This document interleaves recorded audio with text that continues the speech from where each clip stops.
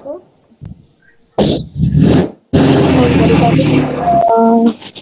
Ini kita belum kedengaran sama seperti tadi. Kita juga butuh observasi dulu, ngelihat baru bisa kita uh, masukin judulnya gimana. Tuh. Udah, terima kasih. Terus acara yang selanjutnya itu penjelasan mengenai bab 1 proposal dan penyusunan bab 1 yang akan dipresentasikan oleh Salomo. Silakan Salomo, waktu dan tempat saya persilahkan. Baik, saya akan mempresentasikan bab 1 untuk PKM masyarakat.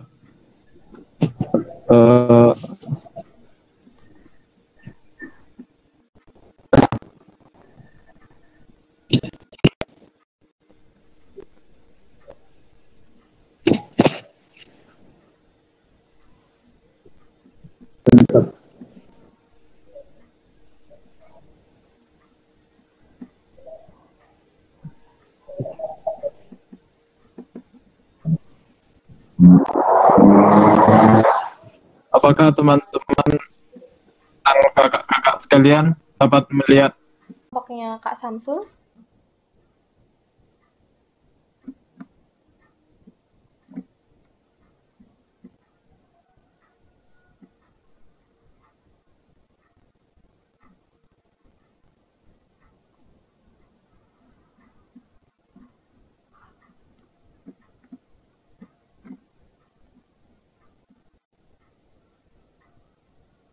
Silahkan. Atau kelompoknya Fikri dulu nggak apa-apa.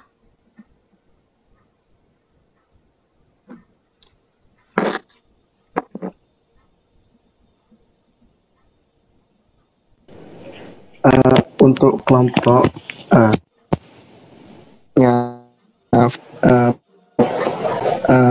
kita masih dalam fase observasi terlebih dahulu, jadi judul yang ditentukan itu masih belum ada, dan kita masih mencari masalah-masalah yang benar-benar penting yang saat ini ada di masyarakat gitu. Jadi bayangannya mungkin masih seperti itu. Yang selanjutnya kelompok Safira atau kelompok Kak Samsul.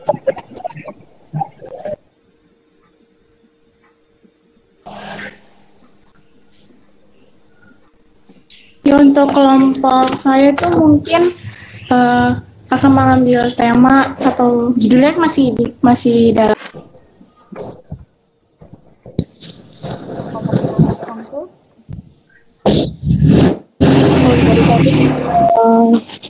Ini kita belum kedengaran sama seperti tadi. Kita juga butuh observasi dulu, ngelihat baru bisa kita masukin judulnya gimana. Tuh. Udah, terima kasih. Terus acara yang selanjutnya itu penjelasan mengenai bab 1 proposal dan penyusunan bab 1 yang akan dipresentasikan oleh Salomo. Silakan Salomo, waktu dan tempat saya persilahkan. Baik, saya akan mempresentasikan bab 1 untuk PKM masyarakat.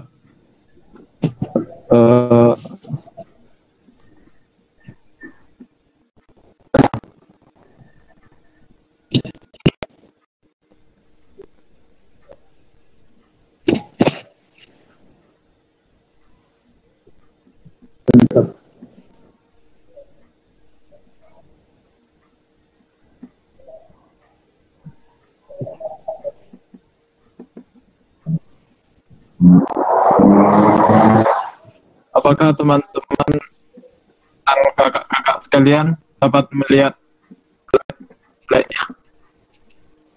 Saya akan menyampaikan tujuannya. PKM adalah motivasi mahasiswa bukan pribadinya terhadap persoalan dan kebutuhan masyarakat. sekaligus untuk memberi kemanfaatan eksistensinya bagi masyarakat. Dan pengusulan yang pertama, peserta PKMM adalah kelompok mahasiswa aktif program pendidikan S1 atau diploma yang terdaftar di PDDI. Yang kedua, anggota kelompok mengusul berjumlah 4-6 orang dan nama-nama pengusul, ketua dan anggota harus ditulis lengkap dan tidak boleh disingkat. Yang ketiga, mahasiswa pengusul dapat berasal dari program studi yang berbeda atau dari satu program studi yang sama dalam satu perguruan tinggi yang sama atau lintas perguruan tinggi. Yang keempat, keanggotaan setiap kelompok PKMM disarankan berasal dari minimal 2 angkatan yang berbeda. Yang kelima, bidang kegiatan pengabdian kepada masyarakat yang diusulkan tidak harus sesuai dengan bidang ilmu ketua kegiatan dan anggota dari lintas bidang sangat dianjurkan. Sistematika proposal kegiatan. Yang pertama, proposal PKMM ditulis menggunakan huruf M, Q, ukuran 12 dengan jarak garis 1,15 spasi dan ukuran kertas A4. Yang kedua, margin kiri 4 cm, margin kanan atas dan bawah masing-masing 3 cm. Halaman sampul sampai dengan daftar isi diberi nomor halaman dengan huruf I, II, dan seterusnya yang diletakkan pada sudut kanan bawah. Sedangkan halaman utama yang dimulai dari pendahuluan sampai dengan halaman lampiran diberi halaman dengan angka Arab. Contohnya 1, 2, 3, dan seterusnya yang diletakkan pada sudut kanan atas. Yang kelima, judul PKM tidak boleh menggunakan akronim atau singkatan yang tidak baku dan hanya diperbolehkan maksimal 20 kata. Yang keenam, jumlah halaman inti yang diperkenankan untuk setiap proposal adalah maksimum 10 dihitung mulai pendahuluan sampai dengan daftar pustaka. 1. Pendahuluan. Uraikan latar belakang disusunnya proposal PKMM dengan mengungkap identitas mitra. Yang kedua, permasalahan yang dihadapi mereka dan seberapa tinggi level urgensinya dibandingkan persoalan terkini lainnya. Yang ketiga, dalam menentukan solusi masalah mitra, diharapkan mahasiswa mengkaji secara kritis dan mendalam akar-akar permasalahan, berpikir secara kreatif untuk memilih berbagai alternatif solusi untuk memecahkan masalah, serta bersama-sama mitra menentukan solusi yang diyakini paling efektif dalam memecahkan masalah tersebut. Yang keempat, luaran yang diharapkan dari kegiatan ini dan manfaat kegiatan juga harus disajikan pada bab ini. Bab 1 pendahuluan terdiri dari latar belakang, rumusan masalah, tujuan, urgensi penelitian, luaran yang diharapkan, dan manfaat kegiatan. Demikian presentasi dari saya. Bila ada pertanyaan, silahkan. Baik, terima kasih Salomo. Apakah dari teman-teman ada yang dipertanyakan dari presentasi yang Salomo tampilkan tadi?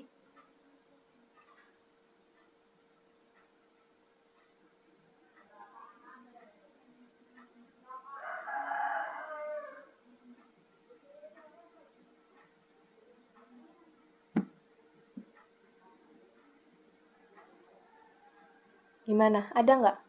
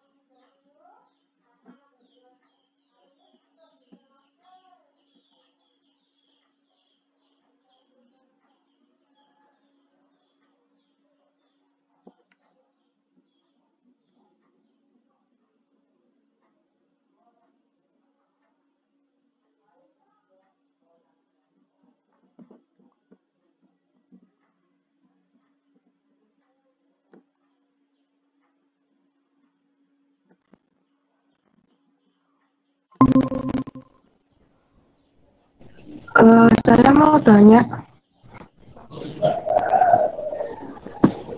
Ya, Tika. Sebisa mungkin saya jawab ya.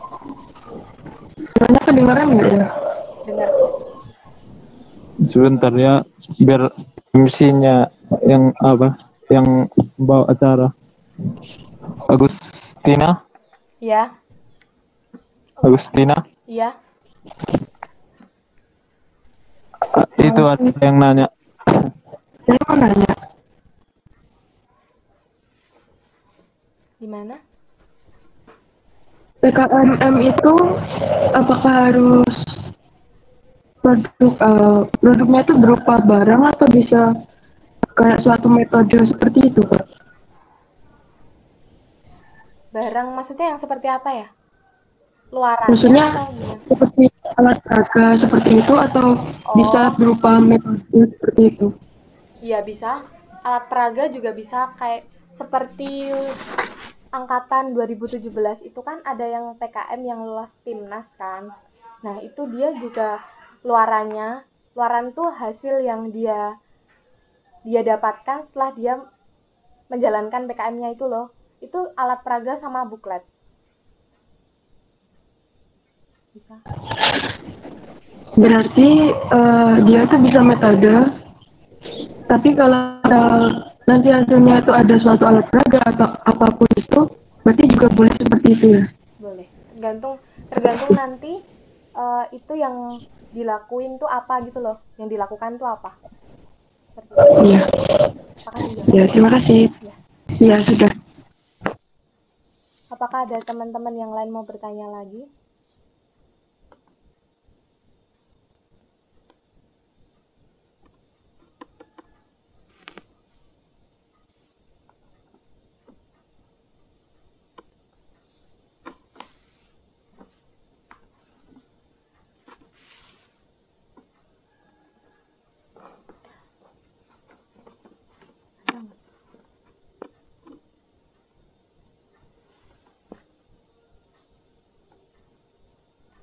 Oh iya Kak, mau tanya satu lagi Kak. Iya. Tadi di PPT itu kan ada urgensi. Urgensi itu kepentingan atau seperti apa ya maksudnya? Sebentar ya. Iya.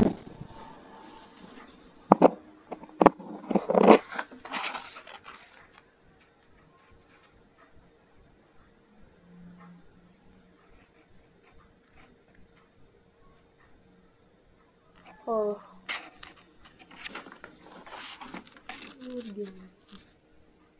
Oh iya, kepentingan. Kepentingan permasalahan nih yang mereka hadapi itu dibandingkan dengan kepentingan permasalahan yang biasanya gitu loh. Jadi kita nanti juga harus membandingkan hal tersebut. Seperti itu.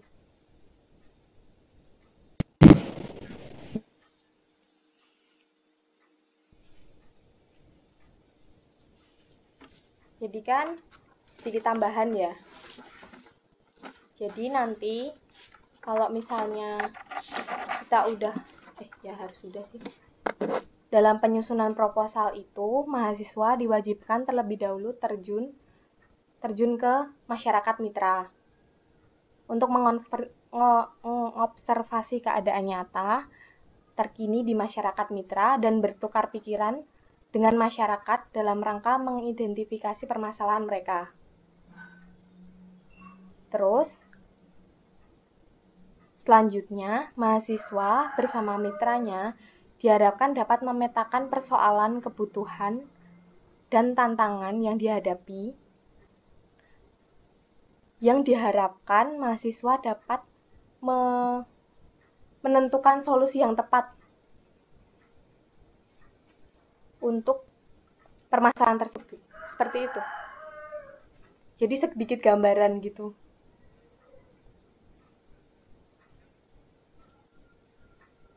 Gimana? Tadi mengobservasi ya? Iya. Secara langsung. Gimana? Mengobservasinya secara langsung. Kalau bisa secara langsung.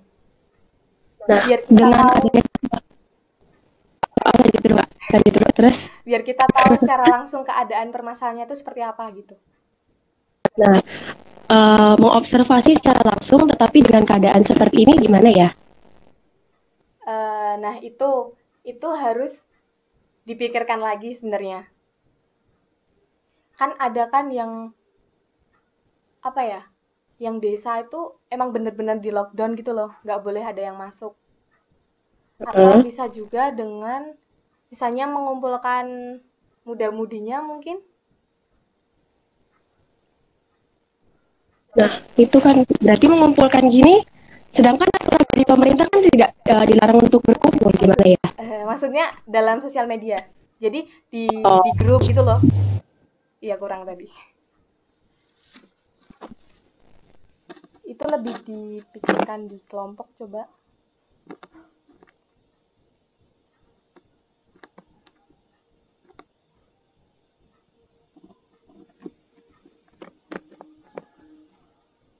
Ada pertanyaan lagi? Kalau misalnya saya belum bisa jawab sekarang, tak jawab lewat chat ya. Karena di sini saya juga sama-sama belajar. Sama seperti teman-teman.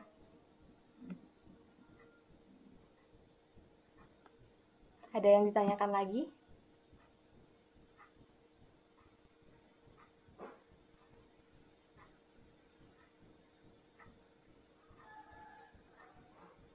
Apakah udah ada bayangan besok mau ngapain?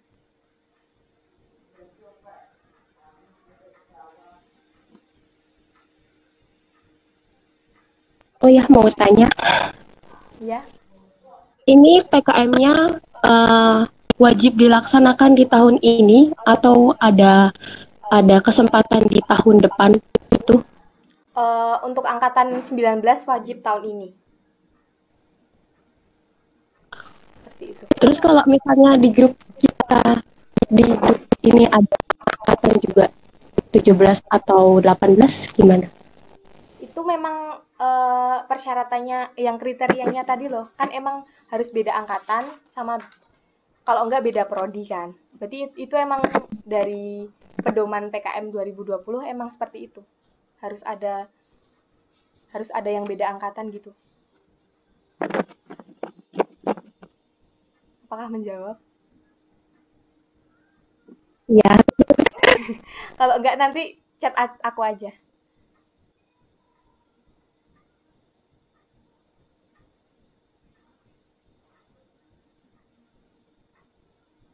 Apakah ada pertanyaan lagi?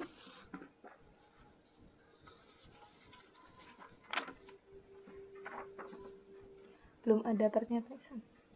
Oke, kalau belum ada pertanyaan saat ini, bisa nanti kalau misalnya besok-besok ada pertanyaan, bisa nanti chat ke aku, ke Himbi, atau ke Salomo juga bisa ya. Selanjutnya,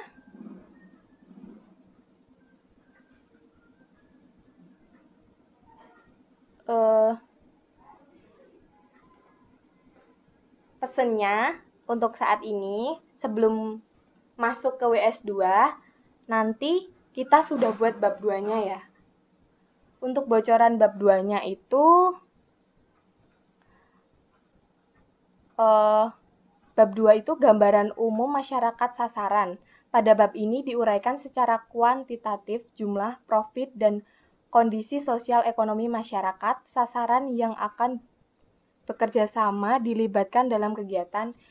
Diuraikan pula kondisi dan potensi wilayah dari aspek fisik, sosial, ekonomi, maupun lingkungan yang relevan dengan kegiatan yang akan dilakukan. Seperti itu. Terus, selanjutnya, pada WS2 itu juga sudah, bab 1 sudah selesai ya. Jadi, WS2 itu untuk pemantapannya aja. Selanjutnya,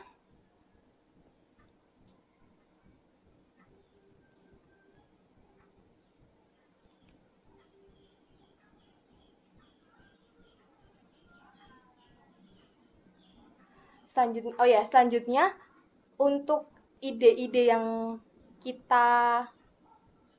per kelompok sudah buat itu dipastikan kelompok yang lain tidak menggunakannya ya. Jadi bisa satu-satu gitu loh. Dapat dimengerti kan? Kalau misalnya udah tidak ada pertanyaan, kita akhiri saja. Kita akhiri dengan berdoa. Doa akan kembali dipimpin oleh Salomo. Salomo, dipersilahkan.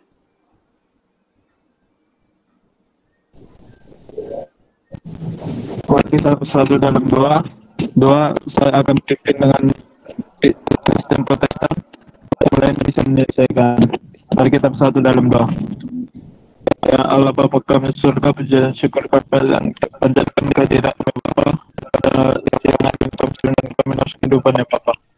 Bapa, kami telah selesai mengadakan workshop yang pertama Bapa. Berkatilah kami semua Bapa bisa menjalankan semua yang ingin kami capai ya Bapa. Bapa, hanya doa singkat ini dapat melalui Yesus Kristus penebus dosa kami. Amin. Terima kasih Salomo. Mohon maaf bila banyak kesalahan dari saya. Terima kasih sudah mengikuti WS1 ini. Sampai jumpa di WS2. Terima kasih. Terima kasih. Kembali.